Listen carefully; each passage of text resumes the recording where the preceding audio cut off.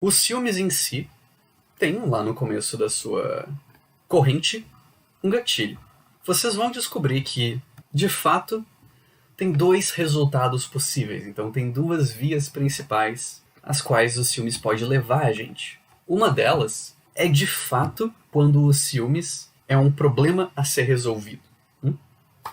Vai ter várias situações em que o ciúmes está lá de uma maneira adaptativa. Daqui a pouco é bacana conversar com o teu parceiro sobre um hábito que ele tem, uma companhia que ele tem, uma atividade que ele faz, alguma coisa. E nesse caso, existe um conjunto de habilidades relevante para a gente garantir que isso aí vai acontecer.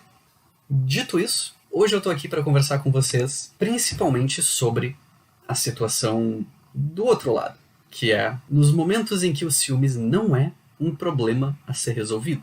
O que eu quero dizer com isso? Eu acho que mais especificamente eu quero dizer que ele não é um problema concreto.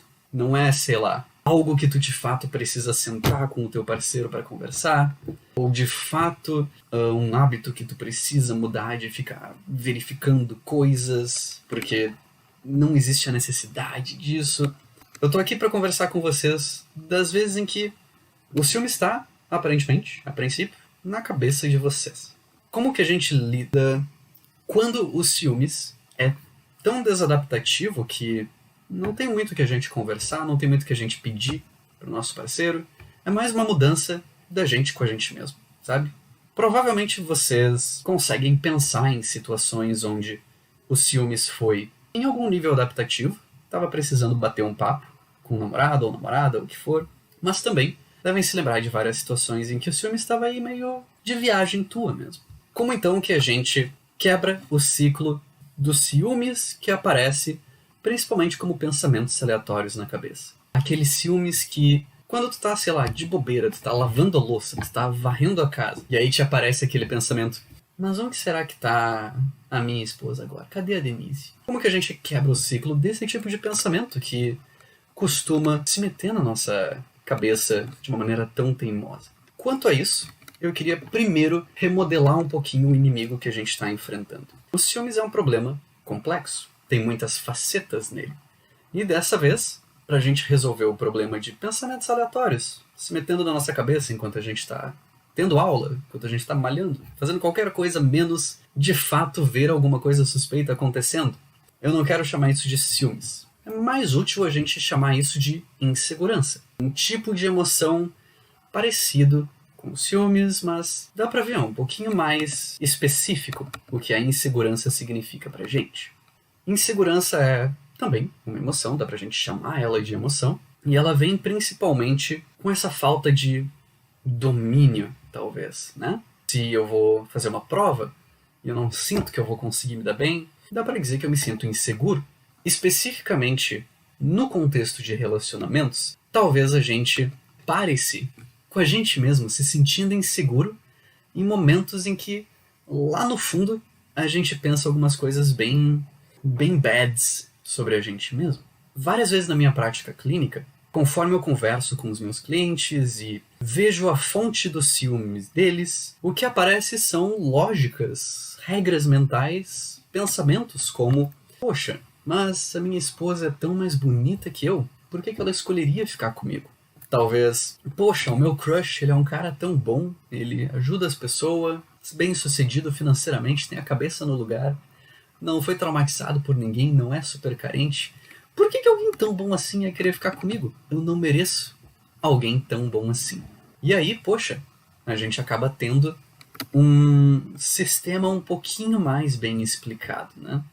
Por causa de pensamentos como esse, a gente pensa que talvez, no futuro, realmente, a gente não vai ficar com essa pessoa, porque eventualmente a ficha vai cair.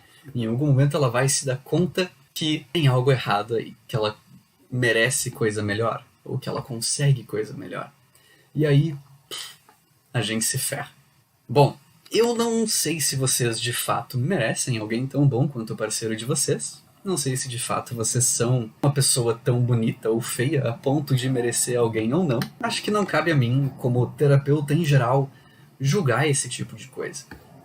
É muito mais útil a gente tomar uma postura não de objetivamente dizer se isso é verdade ou mentira, mas de analisar o que é mais terapêutico e útil para a tua vida.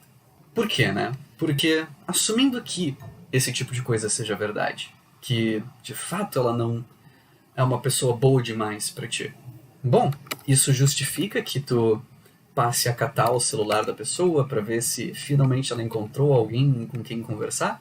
Ou será que isso justifica que no meio do rolê com os teus amigos, tá lá, tua crush, tu, os teus amigos, se alguém começa a tocar o violão e essa pessoa toca bem e se distingue dos outros com essa habilidade, isso justifica que tu te sinta inseguro numa situação dessas, que talvez a tua crush te troque por um músico que toca super bem e deve ser muito mais fodão do que tu? Acho que não. Principalmente pelo fato de que a gente não quer sofrer, né? A gente não vai sofrer desnecessariamente se a gente puder evitar.